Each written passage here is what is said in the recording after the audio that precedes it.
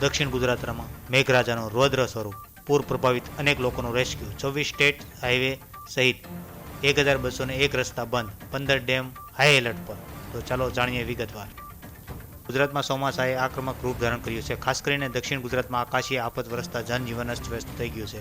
State emergency operation સેન્ટરના આંકડા મુજબ 23 જુલાઈ સવારે 6 વાગ્યાથી કે સાંજના 6 વાગ્યા એટલે કે 12 કલાકમાં 207 તાલુકામાં વરસાદ નોંધાયો છે.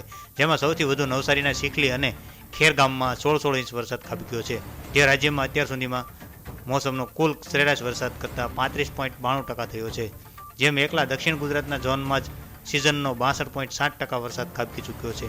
વાત કરીએ તો વલસાડ, નવસારી સહિતના જિલ્લામાં છેલ્લા 4 દિવસથી અવિરત વરસાદ વરસી રહ્યો છે, જ્યારે નવસારી અને વલસાડ પર આકાશી આફત છવાઈ છે. વલસાડના ઉમરગામમાં આપ પાડતા 24 કલાકમાં 35.66 ઇંચ વરસાદ નોંધાયો છે. આ સિવાય કાપરાડામાં 28 ઇંચ, નાના પોઢામાં 25 ઇંચ, ધરમપુરમાં 19 ઇંચ અને પારડીમાં 17 ઇંચ વરસાદ નોંધાયો છે.